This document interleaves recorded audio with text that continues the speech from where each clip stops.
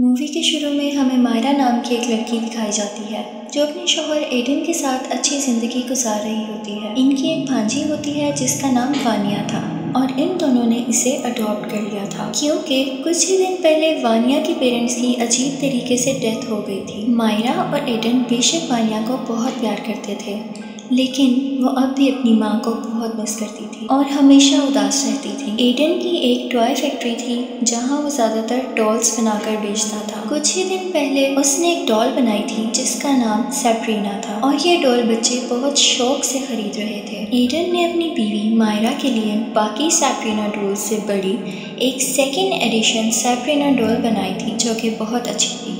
मायरा को एडन का दिया हुआ ये तोहफा बहुत अच्छा लगा था। सीन चेंज होता है और हम देखते हैं कि वानिया अपने स्कूल में है। वहाँ उसका एक दोस्त चार्ली गेम खेल रहा होता है। इस बच्चे का नाम टिट्टो था और वो चार्ली की मदद से अपनी ग्रैंड मदर के सोल को रियल वर्ल्ड में बुला रहा था। वानिया को ये सब देखकर बहुत अच्छा लग रहा था। टिट्टो वानिया को बताता है कि इस गेम को ख़त्म करने के लिए लोगों को प्रे करनी होती है ताकि इस गेम में बुलाई गई सोल्स वापस जा सकें। टिट्टो वानिया को iOS ऐप के बारे में भी बताता है जिसकी मदद से सोल्स को ढूंढकर देखा जा सकता था। वानिया चार्ली गेम के बोर्ड को टिट्टो से बोरो कर लेती है। दूसरी तरफ हम वानिया को देखते हैं जो चार्ली गेम की मदद से अपनी मॉम को इस दुनिया में बुला रही थी। वानिया को फील होता है कि उसकी मॉम की सोल रियल वर्ल्ड में आ चुकी है और वो iOS ऐप इस सोल को ढूंढने लगती है। जाहिर है कि ये ऐप फेक थी और वानिया को अपनी मदर की बजाय अपनी आंट मारिया दिख जाती है। मायरा वानिया को उसके कमरे में सुला देती है और सोने से पहले उसे सैब्रीना डॉल भी देती है। जब वानिया सो रही होती है तो हम सैब्रीना डॉल की आइज को मूव करता हुआ देखते हैं विच मीन्स चार्ली गेम से वाकई कोई सोल आई थी और अब वो सैब्रीना डॉल के अंदर थी। नेक्स्ट डे हम सैब्रीना डॉल को घर में अपने आप जगह बदलते हुए देखते हैं जिसे देखकर वो डर जाती है। रात को जब वानिया दोबारा उस iOS ऐप को यूज़ करती है तो उसे कोई सोल नज़र आती है जो असल में एक डमी थी। फिर तभी कोई सोल वानिया को अलमारी में खींच लेती है। वानिया ये बात सुबह अपनी आंट को बताती है और मायरा वानिया को समझाती है कि उसकी माँ एंटनी अब इस दुनिया में मौजूद नहीं है लेकिन एंटनी वहाँ मौजूद होती है। अगली रात मायरा को अपने घर में एंटनी दिखती है और देखते देखते एंटनी एक डीमन में तब्दील हो जाती है और मायरा को मारने की कोशिश करने लगती है। मायरा चिल्लाते हुए वहाँ से भागती है। ये आवाज़ सुनकर एडन भी वहाँ पर आ जाता है। ये डीमन इन दोनों पर अटैक कर देती है और ये डीमन किसी तरह भी इनको जाने नहीं देता लेकिन ये लोग अपनी जान बचाकर वहाँ से भाग जाते हैं। अब वो लोग जान गए थे कि उनके घर में किसी तरह का डीमन है तो वो मिस लारास और उनके हस्बैंड मिस्टर रेनार्ड से मिलने जाते हैं जो इनफैक्ट पैरानॉर्मल एक्सपर्ट्स थे। मिस लारास उनके साथ फौरन उनके घर जाती है और वहाँ चार्ली गेम की मदद से एंटनी को वापस उसकी दुनिया में भेजने की कोशिश करती है। इसी दौरान चार्ली गेम के बोर्ड को अपने आप आग लग जाती है और वो जलने लगता है और घर की लाइट भी ऑफ हो जाती है। अंधेरे में ये डीमन वानिया को अपने काबू में कर लेता है और वानिया मिस लारास पर हमला कर देती है ताकि वह ये सब ना करे।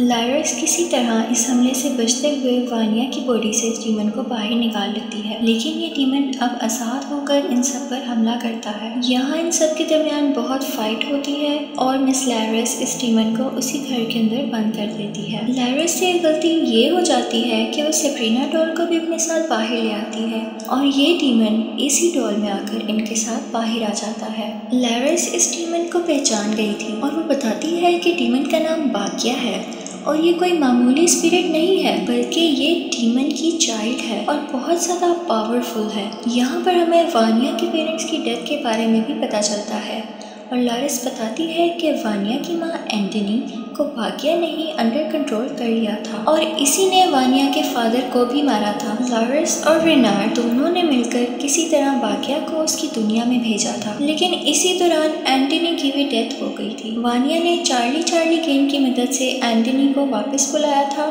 तो बाकिया का डीमन हमारी दुनिया में वापस आ गया था। बाकिया को मारने का सिर्फ एक ही तरीका है कि लारास बाकिया को उसके ट्रू फॉर्म में विरासत में मिले खंजर से मारे जिस खंजर को बाकिया को मारने के लिए ही बनाया गया था। ये खंजर फिलहाल रेनार्ड के पास था रेनार्ड को ये खंजर कई साल पहले एक केव में मिला था, जहाँ इस खंजर को खुद डीमन के जरिए छुपाया गया था।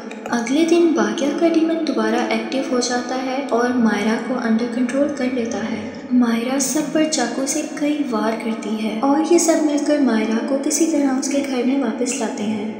यहाँ लारास मायरा को पकड़ के एक्सोर्सिज्म करती है, जहाँ हमें पता चलता है कि बाकिया डीमन को सबसे पहले हमारी दुनिया में किसी इंसान ने ही बुलाया था और यहाँ मूवी का रुख बदलता है। असल में कई साल पहले एडन का एक भाई था जिसका नाम आर्का था। इन दोनों के फादर की टॉय कंपनी थी और उनके फादर को हमेशा आर्का के डिज़ाइन किए हुए टॉयज पसंद आते थे, जिसकी वजह से एडन जेलस फील करता था। जब इनके फादर की डेथ हुई तो उन्होंने अपनी प्रॉपर्टी का 60% आर्का के नाम कर दिया और एडन के हिस्से सिर्फ 40% प्रॉपर्टी आई। इस बात को लेके एडन बहुत दुखी हुआ और वो एक मैजिशियन के पास गया, क्योंकि वो अपने बड़े भाई को काले जादू की मदद से मरवाना चाहता था, क्योंकि उसे पूरी प्रॉपर्टी चाहिए थी। और उसी मैजिशियन ने बाकिया के डीमन को हमारी दुनिया में बुलाया था और इस डीमन को एक ह्यूमन बॉडी चाहिए थी। बाकिया ने पहले आर्का को अंडर कंट्रोल करने की कोशिश की थी, लेकिन आर्का उसके काबू में ना आ सका। इसलिए बाकिया के डीमन ने आर्का की बीवी एंटनी को पोसेस कर लिया, यानी अपने काबू में कर लिया। एंटनी और आर्का ही वानिया के पेरेंट्स थे और जब लारास ने बाकिया से मुकाबला किया तो उस दिन एंटनी और आर्का दोनों की डेथ हो गई थी, यानी कि वानिया के पेरेंट्स की मौत का जिम्मेदार यानी रिस्पॉन्सिबल एडन था। दूसरी तरफ देखा जाए तो बाकिया के डीमन को एक और इंसानी जिस्म की ज़रूरत थी और वो एडन को ही अंडर कंट्रोल कर लेता है, क्योंकि एडन का जिस्म काफ़ी मजबूत था।